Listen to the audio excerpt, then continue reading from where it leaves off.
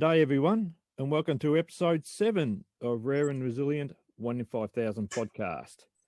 Today we are joined by Sophie, who's 25-year-old IARM adult who lives in Arizona, and she is going to share her story, which is 111 in the book, page 245. So welcome, Sophie, and take it away. My name's Sophie, but my family and friends call me Gopher. I'm currently 25 years old and have my dream career. I'm a pediatric nurse and love every second. I knew I wanted to be a nurse the day I met a nurse who once cared for me at Cincinnati Children's Hospital. It was a dark and scary time, but she brought the light back into me. She inspired. It was at that moment I knew my purpose in life was to be a nurse and change lives the way she changed mine. I was given the pain, birth defects, and challenges so that I could be a nurse who understands. In my mind, A4 South will always be a special place. A little backstory about I was born with an IA, a duplicated renal system, and extra length of intestine. But that is all, I promise. I came out full term at 5 pounds, 3 ounces with big, wide open brown eyes. That is how I got my name, Gopher. I had my first surgery at 1 day old to fix the IA. Everything went seemingly well, we were told. I had a good prognosis. On my first birthday, my ureters were reimplanted and all the kidney infections and pain were fixed. I potty trained perfectly, had a few cases of bladder, kidney, and urethral stones, but I sailed from childhood. Except I always had the worst gas. I would be teased at school and bullied. My mom always made sure I lived like a normal kid, though. I played sports, even though I was bad at it. I rode horses, I played with my friends, and I never let my belly pain impact my life. When I was about in the 7th grade, I started having pain in my butt. I had what was called a rectal prolapse, so basically my intestine was falling out of my butt. This was when my mom explained to me about the surgery I had when I was little to fix it, and it may need to be repeated. We went to see a general surgery, and she ordered x-rays and tests. To our surprise, I was full of poop. My intestines were enlarged, and I had what was called a megacolon. That was when I got to experience my first colonoscopy and first experience with bowel prep. Anyone who has had a colonoscopy knows how vile that stuff is. It took multiple jugs to clean me out. My mom was amazing and cheered me on the entire time. I was started on Miralax once I got cleaned out, but I kept having accident after accident after accident. What middle schooler wants to be having accidents? That is when the GI specialist offered me a colostomy bag. I felt this was something that was not right for me. Our GI specialist told us about Cincinnati Children's Hospital and the famous Dr. Alberto Pena. My family worked extremely hard to raise the money for my mom and I to go to Cincinnati to see this specialist, as this was the only other option there was. I left in February of 8th grade in the middle of the school year. We arrived in Cincinnati, and it was my first time seeing real snow. My mom and I were in a crazy city, starting a new adventure to make my life the best it could be. After having many tests and different procedures, Dr. Pena looked at me for 5 seconds and said the first surgeon who did my surgery when I was 1 day old missed the sphincter muscle. That's why I was having accidents. He then offered me the Malone, a procedure to create an opening so I could put a tube in my belly button and wash out my intestines from the top, if you catch my drift. There was just one catch. My mom and I had to stay in Cincinnati another 4 weeks. We faced the dilemma of, do we go home and try to come back, or do we scrape by financially so I can have the best life possible? That was when my mom made the decision I am forever grateful for. We stayed the extra 4 weeks, and the doctors and nurses changed my life. Surgery went well. I was NPO, nothing to eat or drink, for 10 days. I got my nutrition from a PICC line, which stands for peripherally inserted central catheter. It was a big IV that went into the vein leading into my heart. My mom taught me that no matter what I was faced with, the only way to get through it was to do it with a positive attitude.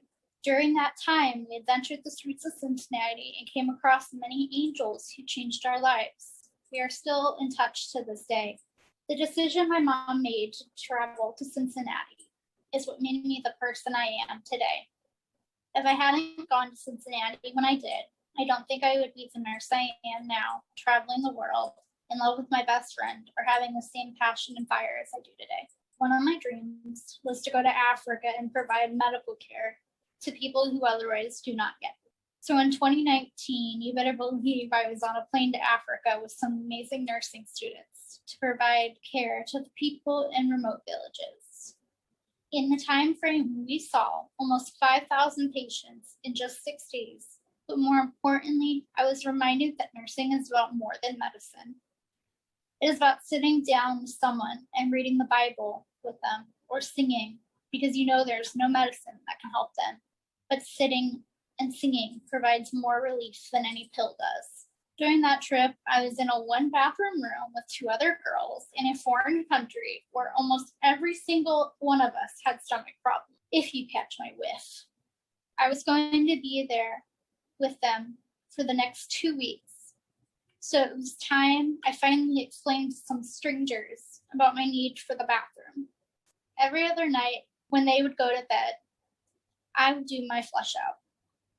In case you didn't know what happens in a foreign country, let me tell you, the toilets don't always flush. I quickly learned that if I hit the flusher about 20 times fast, sometimes the toilet would flush. And it was like angels singing. At least being in a foreign country, my pooping troubles seemed normal. Also in 2019, I graduated from nursing school with honors, and I am now Sophie, BSN, RN. It was one of the proudest moments of my life. 6 surgeries and 8 hospitalizations in 4 years of nursing school, and I graduated with a magna cum laude. I could have not done it without my mom teaching me to never let my health struggles be the reason I can't do something. And when I have a setback, to take a moment to cry, then move on and keep going. I remember going to hospital school, which I thought was fun. I remember nurses having me calculate my drip rate for my TPN and going up to the nurse's station for paper and pen so I could do a drug calculation exam. I remember being in the hospital recovering from sepsis with the nurses the day I got the call that I was accepted into nursing school. Nurses, doctors, and my mom are the people who shape into the person I am today. My newest accomplishment is mastering the transition from pediatric to adult care. I'm lucky to have a Mayo Clinic in the same state, so I'm able to have doctors that deal with complex medical problems just outside my backyard. I was so afraid of being lost in the healthcare system and not being listened to. There were gallons of tears and a lot of anxiety. However, with a binder full of medical records and a lot of education for the doctors, I finally have a care team that can manage me, and I know I will be okay in the adult healthcare system. The next chapter of my life will include more international travel, more adventures, getting married, and finally starting a family. I also hope to one day be able to go on another medical mission trip. As I end my story, I leave you with some wisdom. So many of us have been given the gift to face and overcome our medical challenges. The way I see it, these medical challenges, these birth defects, these ailments, or whatever you want to call them, give us the chance to be extraordinary instead of. The biggest thing I've learned throughout my life is that no matter the pain, the sadness, the challenges one gets to go through, it is important to remember you only have one life, so you better live it and enjoy it before it's too late. And never limit yourself or life, and live less because of your challenges. I dedicate my accomplishments to my mother, who taught me to never give up and to always see the light in every dark situation. Wow, that was fantastic, Sophie. By sharing your story is showing young girls who were born with IA, ARM now, and boys, that nothing can stop you achieving your dreams. And it's just so wonderful. How did you feel about just reading it out loud and going through it like that? It was really cool, but what's really funny is I actually need eye surgery because I've developed double vision. So that's going to be the next surgery I have. So when I was reading it, it was kind of hard to read, but it was also really fitting. Well, you wouldn't have known that because you read it perfectly. And just talk about how you've mentioned it in the story about how your mum's influenced your life. I know because I met you at the PDN conference in 2016 with you and your mum was there, and I know how close you were. So yeah, just give us a bit of an insight into your relationship with your mum. My mom and I have probably one of the closest relationships I could ever imagine. There is no secret we have. The biggest thing with me and her right now is sometimes I get really frustrated dealing with the insurance companies, or I sometimes go to the doctor and they're like, oh, well, maybe you have this, and then nothing comes back positive, and I always get devastated because sometimes I just want the answer sometimes of why me. And my mom's like, I've been dealing with this for 25 years. They're never going to find the answer. You are who you are, and you just got to live that way. And it's true. So she like lets me have my little pity party in the closet, and then I come out and move on. She always pushes me to live my life and make sure that what I'm going through doesn't define me, or I don't dwell on it. Yeah. Because it's easy to sit down and dwell on those things. Unless you live with it, or a parent has lived with it with their child, it's impossible for anyone else to get it, isn't it? Mm-hmm. It is. I'm excited to have a baby and see what happens with that. I'm sure that will be magnificent when it happens. I always wonder if I'll pass it on to my children or not. So we'll see. Yeah, that question gets asked a lot, and there's medical statistics now that show that the incidence rate is 1 in 5,000 for the general community, but for an adult, the incident rate of passing it on to a child is 1 in 200. Yikes. Wow. Well, if it happens, I hope I can be as spectacular as my mom has been. I've got no doubt that would be the case. And it's interesting, like in our adult group, we have over 350 members, as you know. We've probably got 7 or 8 adults in the group that have a child with IA as well. So their child is very lucky that they've got a mother or a father who will know exactly what it's like to live through with the condition. And tell me, the experiences in Africa, did you come across any little kids with colorectal issues like ours? I didn't so much like ours, but there were a lot of kiddos with like chronic constipation. Yep. And my bells and whistles wanted to go off and teach them different ways, but I was running through doctors who obviously weren't, even though they're from America, weren't very familiar with it. And it was give the kid Miralax. I mean, that's what I did, but I tried. I remember there's one patient that I had to fight so hard to get like a doctor to listen because it wasn't normal. They had more of a genitourinary kind of complex issue though, instead of more of an IA. And did they end up listening to you? No, we just gave Miralax. Oh, okay. But I mean, I guess it's what's there and what we have too. Yeah. And with your nursing, do you work in a pediatric hospital or an adult hospital? So right now I actually switched over to oncology so that I can train for pediatric oncology. But so right now I'm working in adult hospital with pediatric areas. How do you handle seeing the little kids, especially the ones with the colorectal issues? Because I'd imagine that would be a touch of the heart a bit more. I absolutely love it. I actually worked with a kiddo who is extremely sick, vent, trach,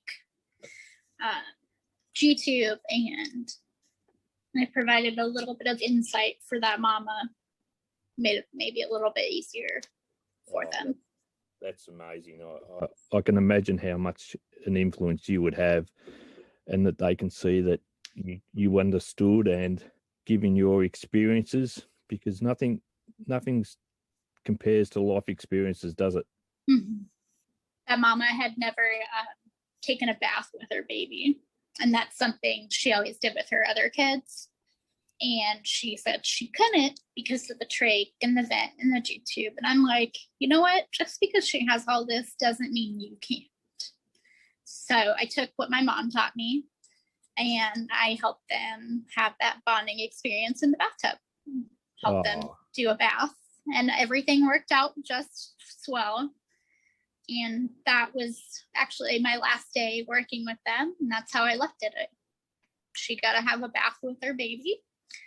And I think I got to teach them a little bit that just because she has what she has doesn't mean that it limits you and will stop you.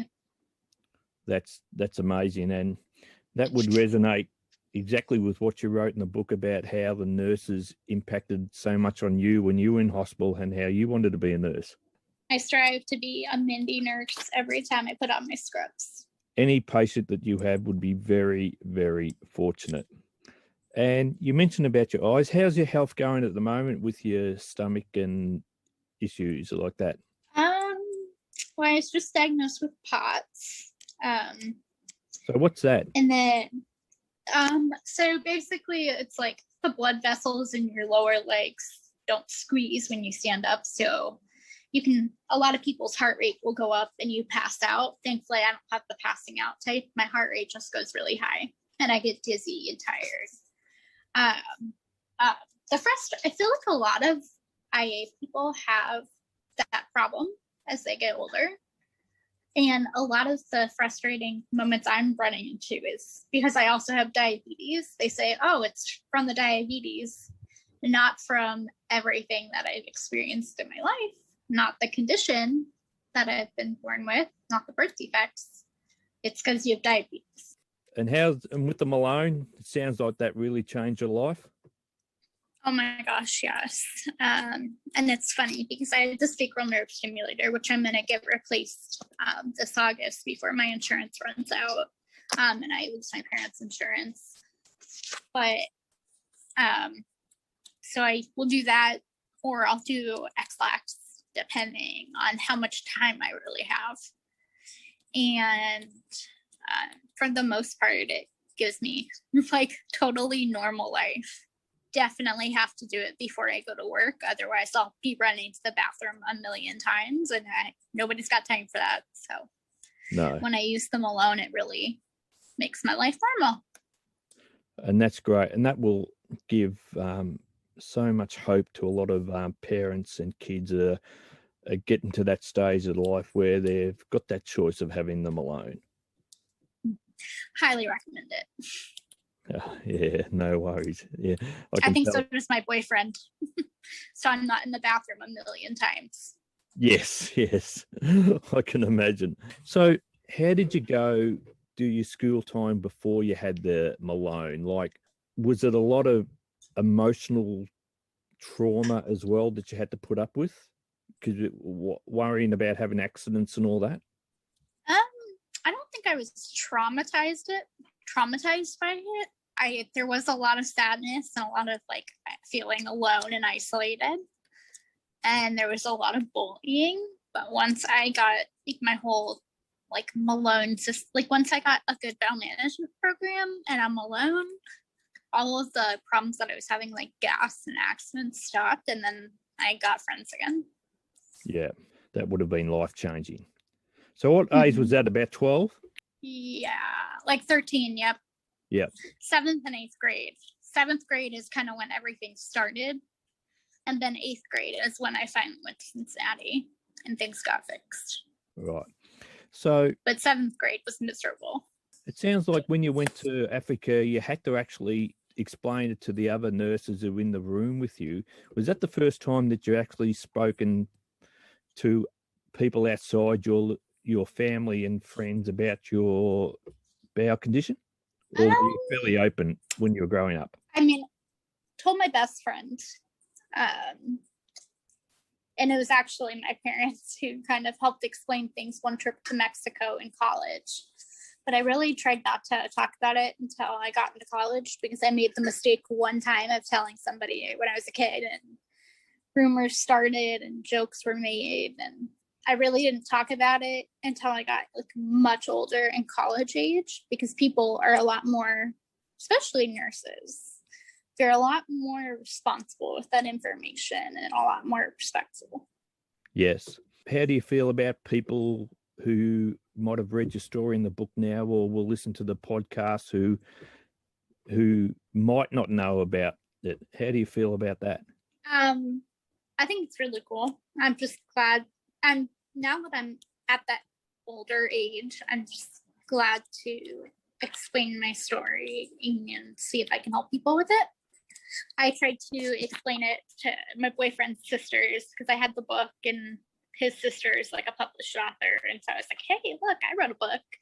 But they didn't give it, like they didn't read it. So, which I'm kind of in a way glad. I was going to tell them, just so it could stop being this huge stressful secret when I go back to his house. They have very thin walls and his bathroom is in his parents' room. So I was like, at this point, like it's still kind of secretive with them, but whoever reads it will read it and hopefully get a little bit better information about who I am and why I am the way I am. I have so much respect for you to be able to share it. It took me a long time. It took me 52 years, so you've beaten me.